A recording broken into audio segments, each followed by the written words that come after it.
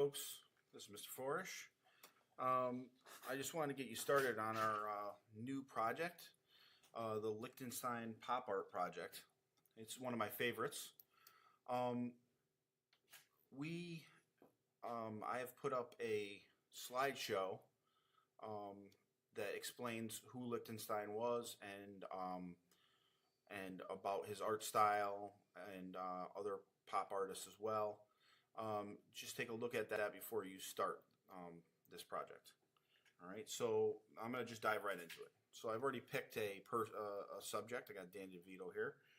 The first step you're going to take is do an 8.5 by 11 picture, 300 dots per inch or pixels per inch. So we click here, you see it's on pixels right now. And we're going to go to inches. And I'm going to make it 11 by 8.5 because of the shape of the photo I'm using. And the resolution has to be 300 pixels per inch.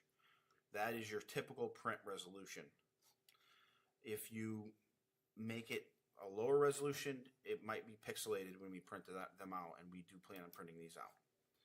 So right here I have my workspace. So when you go to search for a picture, I want you to find something that is really a decent resolution. This one's okay. I think I probably could even have gotten like a slightly better one. But definitely when you search for your whatever your picture is going to be, make sure that it is a decent size. Otherwise, it's still going to be pixelated, even though where we're putting it eventually is going to be a larger pixels per inch. It won't translate when we send it over. Okay, so I have an easy selection here because he has a solid background behind him. I was able to easily select out the background, and you can go in here and you can inverse it, and now Danny's selected. I'm going to press Command C or Edit Copy, and then I'm going to go to my main project right here and paste them. As you can see, he's a lot smaller. Now, if I stretch him out, it's going to pixelate him a little bit. Okay, as long as I don't stretch him out too far, it'll be okay. It will adjust a little bit, but I'm just going to stretch him out about that much. Because we're going to be hitting it with a lot of filters, it's not going to be, you're not going to see the pixelization as much, and you'll see what I mean in a little bit. So I put him in there. So I selected the character out of the background, the person out of the background. If the person doesn't have a lot of contrast in them, that means some of the details are washed out. What I want you to do is go to Image, Adjustments, and go to Contrast. Okay, you're going to go to Brightness, Contrast, and as you can see, when you play with that, it could give it more or less contrast. Okay, the picture I have is pretty good, so I'm not even going to do that. But if parts are washed out, you have to make sure that details are standing out because of the next step that we're going to do. Okay, so we're going to duplicate this layer. So we go to our layers panel. I'm going to take this layer, I'm going to name it Danny. We should always name our layers for when our projects get complicated. And I'm going to drag this down here, and I made a Danny copy. Okay, so then with the Danny copy selected, I'm going to go to Image, Adjustments, Threshold. All right, and as you can see, it makes like a line drawing of him. So we want enough detail to show up where we could tell what's going on. But we don't, this is difficult because he's so much, his bottom is so much darker than the top. So I might have to actually break this into two pieces. I'm going to cancel that. So I'm going to select his head out. And there's a lot of ways you can do this. You can use the masking tool, polygon lasso tool like I'm using, magnetic lasso tool. cut and paste, and it's going to make just a layer with just his head. So I'm going to do this, the body and the head separately.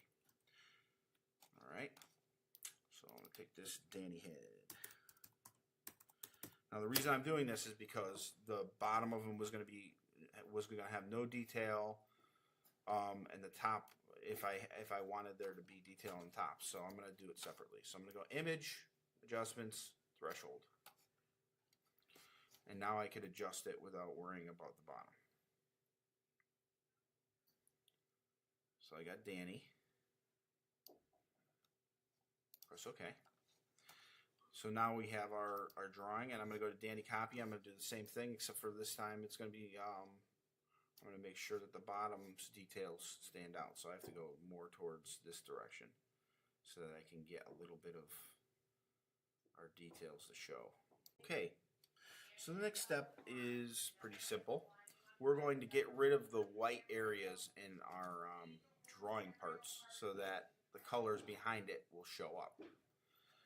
All right, so I'm going to select the head. We'll start with that, and I'm going to say Select, Color Range, and then you use this dropper to click on the white area, press OK, and press Delete. Okay, and I have to go now to this copy and press Delete as well, and I've deleted all the white. Okay. So at this point we have the color from behind showing up. You can go into the line drawing and say I wanted to, you know what, I want to make the white of his eyes stand out. You could go in there and I could use the eraser tool maybe to add the white of his eyes back into it. Okay, but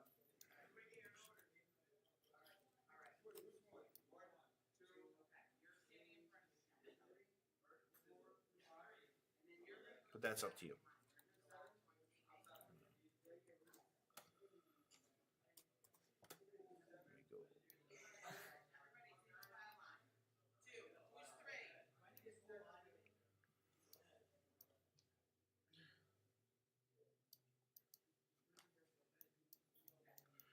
I just think it looks a little creepy with him not having any pupils. So I'm going to add those pupils by erasing that. I'm not going to go and make it perfect. That's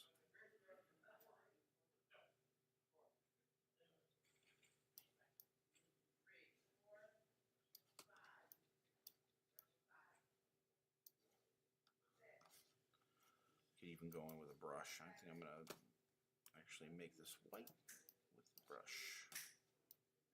I don't know why it maybe isn't lined up entirely.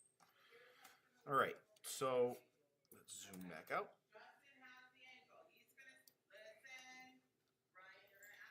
All right, and I'm going to go to the Danny color version. And then the next step is we are going to make the color look like it's done in the old printing style with a bunch of little colored dots. I'm going to go Filter. I'm going to go to Pixelate, Color Halftone. Okay. This setting right here might be okay, but if the dots are either too big or too small, you can go in, you can press undo and go back in. So we went in there, and as you can see, it kind of made it look like it's the old printing style, where everything is dots, but from far away, it looks like it's actually a solid color. All right. The next step is I'm going to add a background. You're going to use a gradient. Okay. So I'm going to click over here, and I'm going to click on this thing right here, the gradient tool. I'm going to use one of the gradients that's here, but you could make your own gradient by clicking on this and changing the colors of any of these tabs. So I click, drag, and a layer behind it. I'm going to call this color. All right. And then I'm going to make a new layer with a custom shape. I'm going to click on this custom shape tool, and I go up here, and you see there's a bunch of different options. If these aren't showing up, these speech bubble options, go here, and you could actually add talk bubbles to it. Okay, so right here, I think I'm going to use this one, and you click and you drag. Okay, I don't like that because it's not filling it. So let me go in here. The fill should be white. So right now it's a red stroke with no fill. So I'm going to change it to white and change the stroke, the outline, to black. Make the line anywhere between 7 and 10 pixels. Click, drag, and then you have your speech bubble. And you could resize this however you want. It doesn't lose its resolution really. And then I'll abbreviate it. All right, so this is still spaced out really far because of the last time I used this. So if we go in here, you might have to adjust some of the different things on here. Right now, it's just, if I go like this, it'll make it go closer.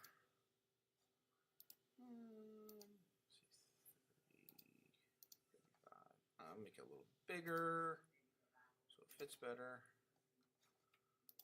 Keep playing with it. Okay. And you could have, I really think you should have them say something that's more interesting. Another thing too I would like you to do is also hit this with the color halftone as well. So it has that pixelated look. All right. So when we're done, we have our own little pop art thing. Okay. Be creative as far as what you have them say. You can include more than one character if you want to. But it's made more to be like a portrait kind of project.